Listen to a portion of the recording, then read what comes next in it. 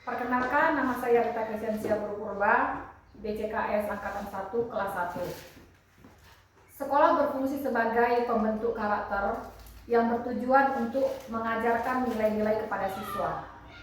Keputusan yang diambil mencerminkan nilai-nilai penting yang dipegang dan menjadi acuan pada warga sekolah. Kepala sekolah harus berani dalam mengambil keputusan berdasarkan nilai-nilai dan kebajikan, bukan hanya sekedar kebiasaan saja. Di sini saya akan menganalisis 9 langkah pengambilan dan pengujian keputusan yang dituangkan dalam kasus 4, yaitu di perpustakaan sekolah, Rara sedang bertugas sebagai petugas piket kebersihan kelas. Saat sedang merapikan meja, ia menemukan sebuah dompet berisi uang di bawah kursi. Tanpa pikir panjang, Rara mengambil dompet dan memasukkannya ke dalam tas. Dia merasa itu rezeki nomplok pada dia karena tidak ada yang melihat.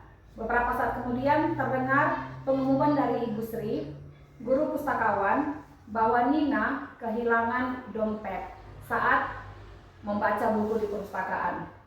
Tari yang kebetulan berada di perpustakaan sejak awal melihat jelas saat Rara mengambil dompet yang jatuh di bawah kursi.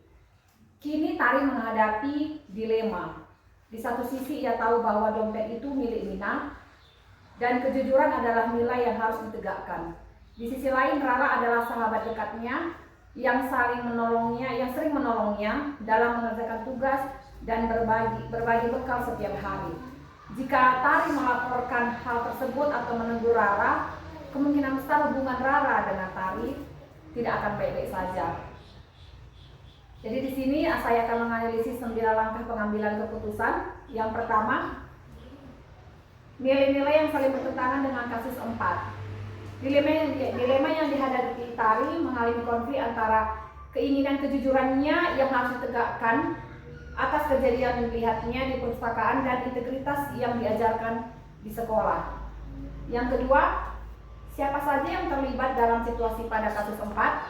Yang terlibat pada kasus 4 yaitu Rara yang menemukan dompet di bawah kursi,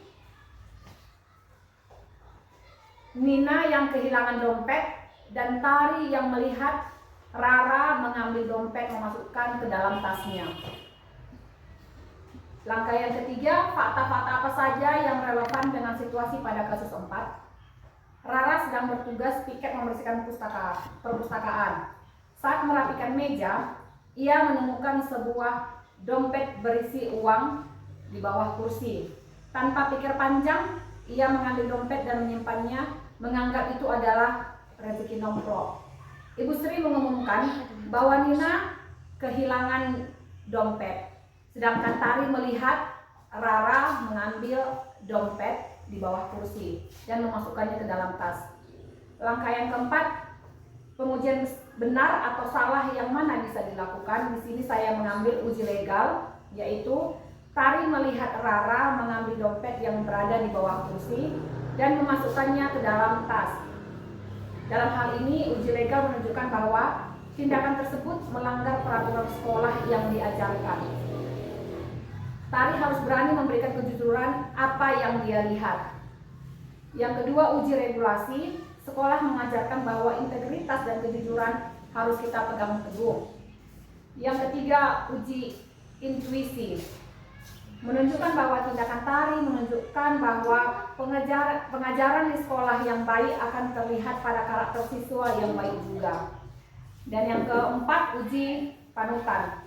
Tari yang berani memberikan kejujuran walaupun Tari yang memberikan kejujuran walaupun kemungkinan hubungan mereka rusak dengan Rara tidak akan baik lagi pada Tari. Langkah yang kelima, pengujian paradigma benar lawan benar. Yang mana bisa dilakukan? Di sini saya melihat pengujian paradigma kebenaran vs kesetiaan. Konflik antara transparansi atau mengungkapkan kebenaran dan loyalitas untuk melindungi rekannya. Langkah keenam, prinsip resolusi yang mana bisa kita lakukan, yaitu berpikir berbasis peraturan. Langkah yang ketujuh, adakah opsi lain yang lebih kreatif, adil, dan bijak yang bisa dilakukan? Saya memilih ada.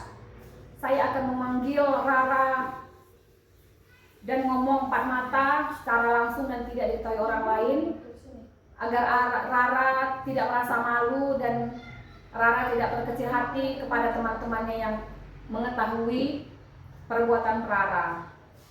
Yang kedelapan, langkah yang kedelapan, apa keputusan akhir yang Ibu Bapak ambil sesuai dengan analisis kasus keempat, yaitu menyelesaikan kasusnya dengan bertanya kepada Tari bagaimana kejadiannya dan memberikan penjelasan kepada Rara supaya Rara menerima penjelasan dari Tari dan tidak menjauhi Tari, dan bagaimana sebelumnya berteman tetap berteman.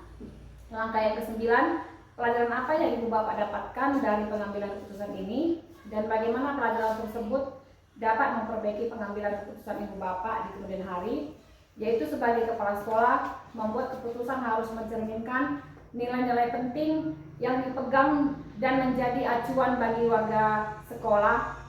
Kepala sekolah harus berani membuat keputusan berdasarkan nilai kebajikan, bukan sekedar kebiasaan.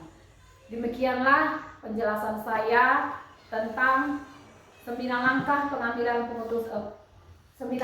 pengambilan dan pengujian keputusan. Terima kasih.